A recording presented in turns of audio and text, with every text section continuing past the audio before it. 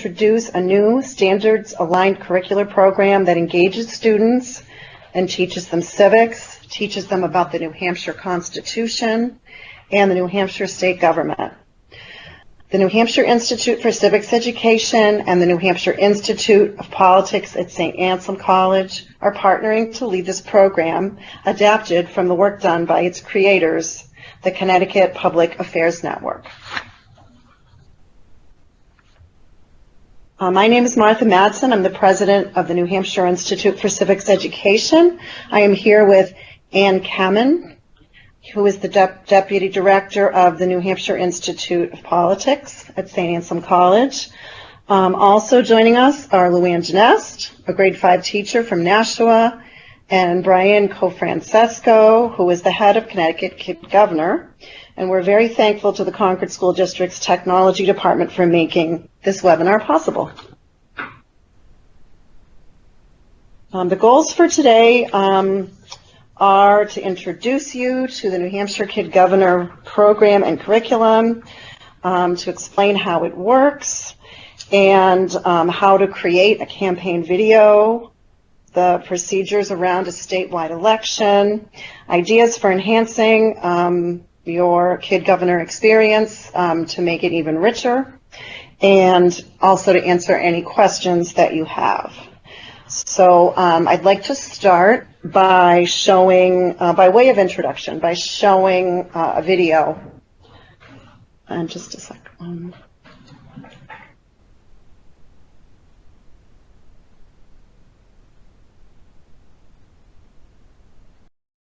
Have you been looking for a creative way to make teaching civics exciting, engaging, and life-changing for your students? Do you want to inspire kids to be active citizens and take action on important community issues? Kid Governor is a national award-winning statewide civics program for 5th graders created by the Connecticut Public Affairs Network. Coinciding with Election Day in November, this groundbreaking movement in civics education teaches 5th graders about state government, the history and process of voting, and civic action through the annual election of a Kid Governor. The program offers every school in a state the opportunity to enter one student candidate into a real election that other 5th graders vote in. Classes can vote in the election, nominate a classmate to run for office, or both. Free, specially crafted toolkits of in-class lessons guide teachers and students through the program. Kid Governor candidates work with their classmates to create a campaign video outlining why they want to be elected Kid Governor, what their leadership qualities and skills are, what important community issue they want to address, and a 3-point plan that will help 5th graders in the state make a difference on that issue. During the statewide election, 5th graders watch and analyze the campaign videos of 7 finalist candidates and vote for the platform and candidate they want to support. The candidate with the most votes statewide becomes the Kid Governor-elect, with an official inauguration in January. The winning candidate serves a full-year term of leadership and advocacy. The governor's responsibilities include creating and sharing resources about the winning campaign platform, including videos, a blog focused on student action, constituent meetings, and public speaking engagements at student and adult programs and events across the state. The elected student even has a Kid Governor office where people can engage in civic learning. I think this program is a very important program because it teaches kids all about government, and it teaches it in a fun way so kids don't even think they're learning when they are, and they're having more of an experience to actually really like government and have a great up-close experience with it. This program is more than a contest. Educators like it because it inspires informed civic action at an early age, in line with the National C3 framework designed to prepare students for college, career, and civic life. It also aligns with Common Core state standards and the Partnership for 21st Century Learning's goals for civic literacy and citizenship. Teachers also find the program easy to incorporate into the school day, and some have made it a school-wide experience, driving school spirit and introducing even younger students to the thrill of elections and civic participation. I tell anyone that I come across, participate in this program because it is so rewarding. It is rewarding for the teacher, it is rewarding for the students. Obviously, if there's a candidate or if the candidate wins, it's so rewarding. The lessons are very thorough, they're all-encompassing, they're user-friendly, so it's easy to run the program. But to just see the impact it has on the students and for them to take that forward and know that civics is important makes me feel good. Elena Tipton, Connecticut's 2016 Kid Governor, ran on a platform of kindness. Using her blog and meetings with students and adults, she declared the 13th of every month Kindness Day and mobilized her constituents to show kindness towards others. Elena also rallied her community and other towns to install buddy benches at schools and community parks so that no child would feel left out on the playground. As a direct result of her platform and advocacy, 15 buddy benches were installed on playgrounds statewide. Jessica Broxham, Connecticut's 2017 Kid Governor, wanted to bring awareness to animal cruelty by supporting animal shelters and teaching others how to be responsible pet owners. During her term, she advocated for an animal-related bill that was passed by the General Assembly and signed into law. She encouraged supply drives for local pounds and shelters. She also worked with her state representative to start a heat kills program in her town. Jessica even traveled to Washington, D.C. to advocate for animals on Capitol Hill. And the ASPCA recognized Jessica as the National Tommy P. Monahan Kid of the Year for the unique and impactful difference she made in the lives of animals. The newly elected 2018 Connecticut's Kid Governor, Megan Kasparowski, promises to help her peers understand the realities of cancer and find ways to bring cheer and laughter to hospitalized cancer patients. And new this year, the 5th graders of Oregon elected their first Kid Governor, Dom Peters. During his term, Dom will implement his anti-bullying platform by writing a book and promoting kindness. The Kid Governor program shapes the next generation of civic leaders and participants. Just imagine what your school, community, or state will look like when 5th graders come together to share ideas, research important community issues, learn firsthand about the voting process, and work to take action in their communities. Action that is real, tangible, and will change the world.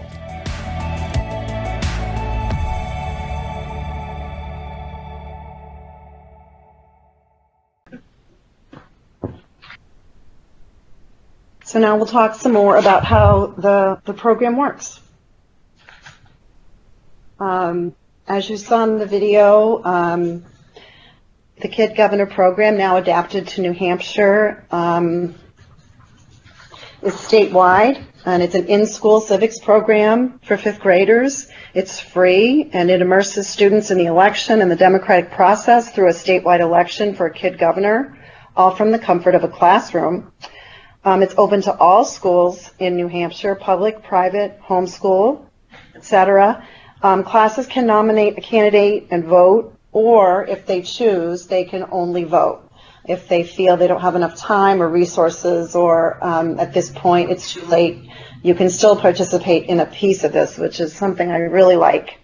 It's also aligned with state standards, which is very important. The perks of participating is that your students will be immersed in the democratic process and a real election. There is a chance for your student to make it into the statewide election and be recognized across New Hampshire, and it will connect your class with a statewide program and 5th graders across the state. There is a chance for your class to attend the inauguration day in 2019, it should say, in January, and all of these tools are free. As I said earlier, there are different ways to participate. You can choose to be a voting-only class, in which your class would learn, review or learn about the 3 branches of government, explore what it means to be a leader, learn about voting and elections, and what your class would be able to choose a candidate that would speak for the students of New Hampshire. That toolkit will be on our website on Friday. That abbreviated toolkit is not yet on our website, but it will be on by Friday. And the other way you can participate, it's more of a 5-week commitment for your ELA and social studies curriculum during the month of October. The toolkit for the classes that are nominating a candidate and also voting, that toolkit is on our website right now. And you can see all of the different aspects that would be covered. So it's all the aspects I mentioned with the voting only classes, but also identifying and researching community issues and developing action plans, building a campaign platform, and filming a campaign video and holding primaries. So there's an added inquiry and research and taking informed action piece of that. So I really like the fact that you can choose, especially on your first try, how you as a teacher would like to approach this and how much time you have to invest in it. I would like to wait a minute. I want to go to the toolkit now. Okay, so this is the toolkit that is posted on the New Hampshire Kid Governor website. I want to show you the awards that this program has won in its 3 years of existence. It started in Connecticut and now exists also in Oregon and now New Hampshire. We're the 3rd state. Here's the table of contents. So you can see the unit plans, lessons 1 through 15. Lesson 1 is reviewing the 3 branches of state government, and we did some real editing because, of course, New Hampshire state government is pretty unique with the executive council, and it's a very large legislative branch.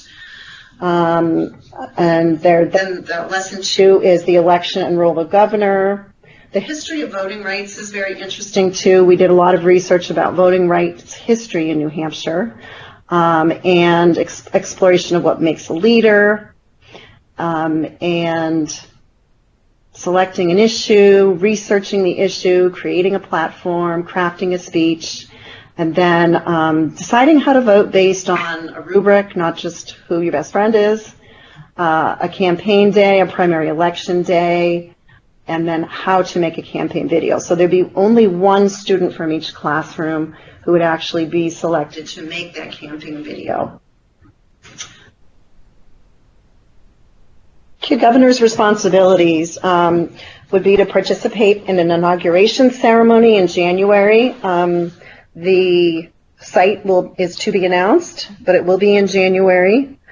The blog support for Kid Governor will be provided by a student intern from St. Anselm College, Melanie Fay, and parents provide the transportation for Kid Governor. That was a question that came up a lot. So there would be an inauguration ceremony. The Kid Governor would be expected to create additional videos that document their progress in completing their action plan that would be posted on a blog, which of course will be on our website, and to work with Melanie Fay to continue, to keep that blog up to date, to meet and speak with students and adults across the state, participate in programs and events with the New Hampshire Institute of Politics, to participate in a summer library circuit, to visit different libraries around the state and to speak about the issue that's important to him or her. And we will be establishing a special Kid Governor office as well. That is also to be determined. I showed you the toolkit of lesson plans. As I said, there are 2 versions of the toolkit. So you can decide whether you're going to do the campaigning and the voting or just the voting.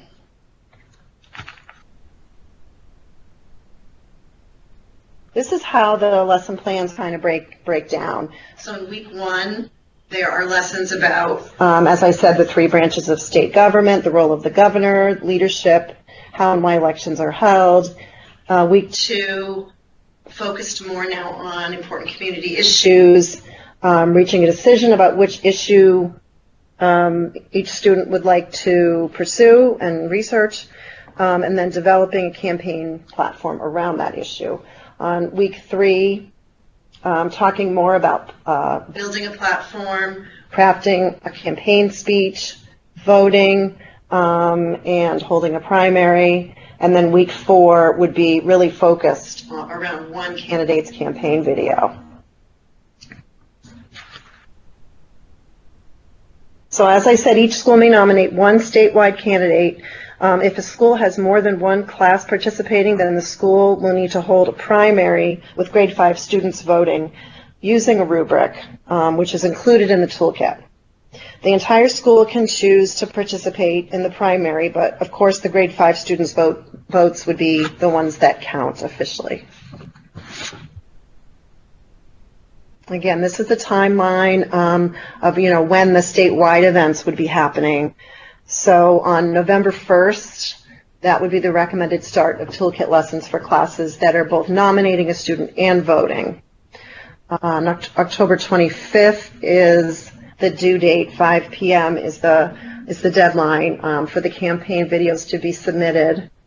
And October 29th, that's when the classes that are voting in the statewide election would start the toolkit lessons. So they wouldn't need as much time, obviously. November 2nd is the registration deadline for voting-only classes, and I can show you how to register on the website. November 2nd through 9th is when the online statewide election would be happening. So there's a window of time where teachers could plan to view the videos with their students, have students make an informed choice, and then actually vote. November 30th, the newly elected governor will be announced. And January is Inauguration Day. So basically you would plan for this curriculum to take up some time for you during October. So campaign issues. Brian Cofrancesco reports that, somewhat surprisingly, 5th graders have not chosen controversial topics, and we are looking for plans that are realistic for a grade 5 student to accomplish within a year. We're looking for an issue that brings people together, a plan that is doable and can make a real difference. So as you can see, these campaign issue examples from Connecticut are very important to students, certainly, and very important issues, but they're not, highly charged issues, and that would not be our focus or goal in grade 5. Making a video. It's important that the candidate only use his or her first name, no last name, no school or town. We have a group of an advisory committee that's going to be selecting from the larger pool and narrowing it down to 7. So we want to make sure this is as objective as possible in terms of criteria and evaluation. We don't want kids to be identified by school or town. The video needs to include why the student wants to be the kid governor, what leadership qualities he or she has, and then obviously talk about the community issue and the 3-point plan of action, which is the platform. Only 1 to 3 minutes in length, so not very long at all. Important not to use copyrighted music, and I've listed here the acceptable formats. I'm going to be showing now a couple of sample videos just to give you an idea. Hi everybody, my name is Aaliyah and I want to be Connecticut's Kid Governor because I'm a true-born leader. I love to fight for what I believe in and what is right. I have been involved in programs such as Girls on the Run, where we develop our own community service projects and we tackle issues such as bullying. I'm also a local cheerleader, so I'm constantly involved within my community. Hey nerd, who did you hear today? I just got a new haircut. You like the pineapple from under the sea like SpongeBob SquarePants. Oh god. Stop! I want to stop bullying and its connection to suicide. Bullying victims are between 2 to 9 times more likely to consider suicide than non-victims. according to studies by Yale University. Bullying can cause many health issues like depression, anxiety, and even more severe problems. I care about this issue so much because it affects myself and my peers. Too many times in the hallway and on the bus, I have witnessed kids being bullied. Who wants to come to school when they're being bullied? This has to stop. Here's my plan. We can change this issue together by making a blog for students to have a place to express themselves about an issue they are having with their classmate. Then others can offer advice and comfort. We can make a Stop Bullying box for students to anonymously report any bullying incidents that happened to them or that they witnessed. Then a group of students and teachers can meet on a monthly basis to discuss ways to address issues. Each grade level in the school can elect a Stop Bullying ambassador to be part of this committee. Finally, we can create public service announcements or performance skits during assemblies, showcase the role of the bystander, the bully, and the victim. This will show students how to address bullying. I believe that with the help of the principals and the teachers all across the state, I can help end bullying. Students will want to come to school, leading to higher academic outcomes and increased self-esteem. Ignoring bullying is easy, but if you want the job done, stop bullying! Vote for Leah!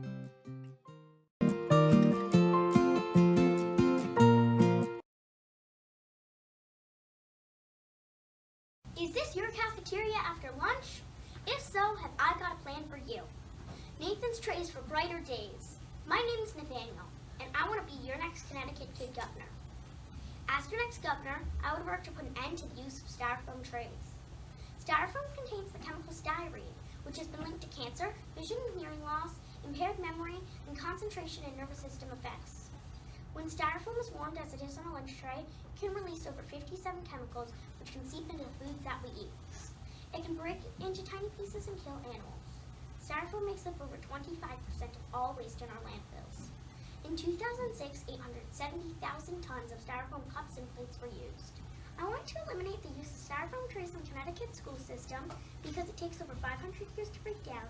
They are not recyclable, biodegradable, or compostable. In my school of 460 students alone, we use over 100,000 food trays per school year.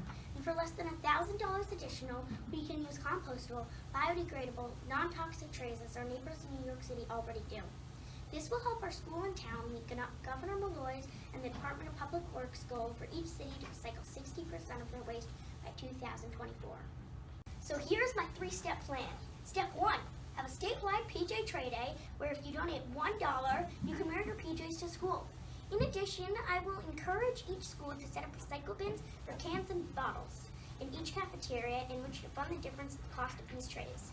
I would work with the state in which to secure a compost company to collect our school's food scraps and return the composted soil multiple times a year, which would then be sold to pay for the service and support the tray project. Step 2. I will send a video to schools across Connecticut that educate students about the dangers of styrofoam and why it is bad for your health and the environment. Step 3. Compostable, recyclable, and biodegradable lunch trays will be purchased and implemented into each school that participates in the fundraising program. It costs less than 1 penny more per tray, in which to provide students a healthier option. My leadership qualities which I would bring to this office include being responsible, helpful, and respectful. Nathan is a wonderfully responsible student who always does his homework. Nathan helps me on intense math problems. Nathan helps me correct my writing. Nathan is a terrific addition to our school, and we're lucky to have him as a student.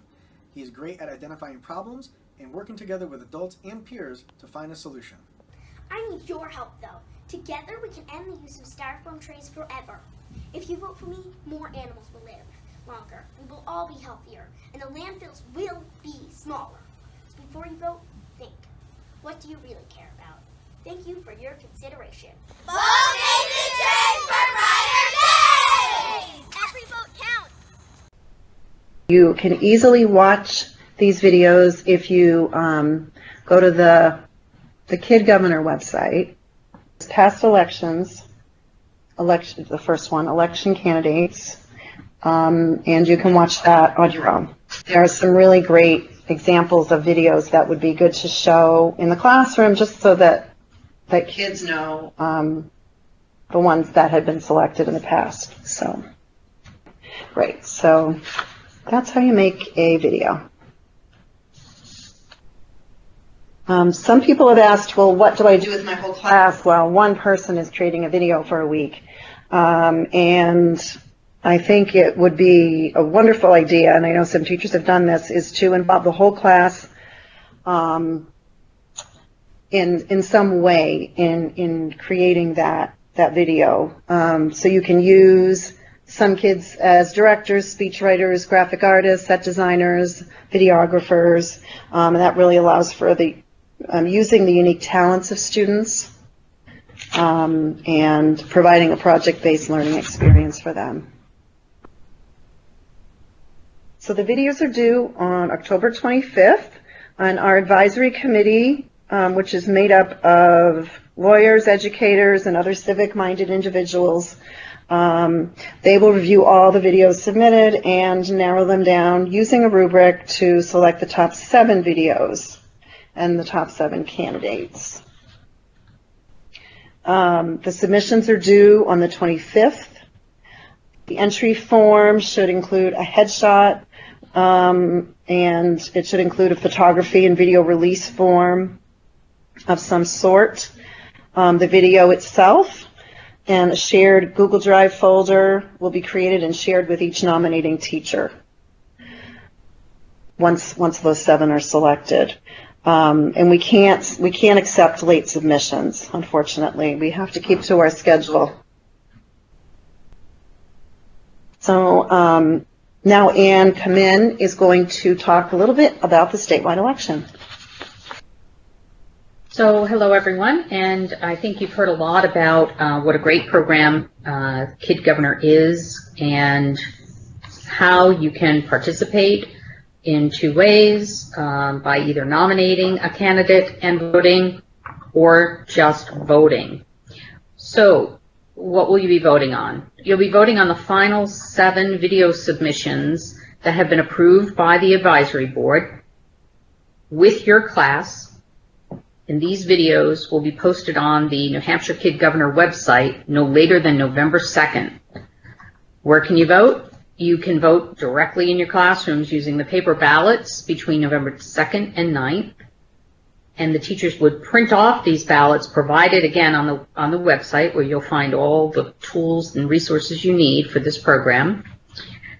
You'll fill it out and provide that on the website form. Additionally, that would be remotely how you participate. Additionally, there'll be a select group of students invited to the New Hampshire Institute of Politics to vote in person on November 5th, and this is in conjunction with our Kids Voting mock election day. Some of you might be familiar with Kids Voting. It is a national program that duplicates the voting experience for usually grades 4 through 6. Those are where we get the majority of the participants from. They are invited to the Institute for this special day. They will vote for the candidates that will be in the midterm election. So congressional districts 1, possibly 2, depending on where the students are coming from geographically, and the governor. Those are the 3 main races for this particular cycle. And you will have the opportunity to view the 7 final video submissions in person and also cast your paper ballot there at the Institute to be tallied up in the total. So the announcement, the final deadline rather for the voting would be November 9th, and the announcement wouldn't be available until after the 9th for Kid Governor. However, we will announce the winners of the midterm candidates that day at the Institute of Politics.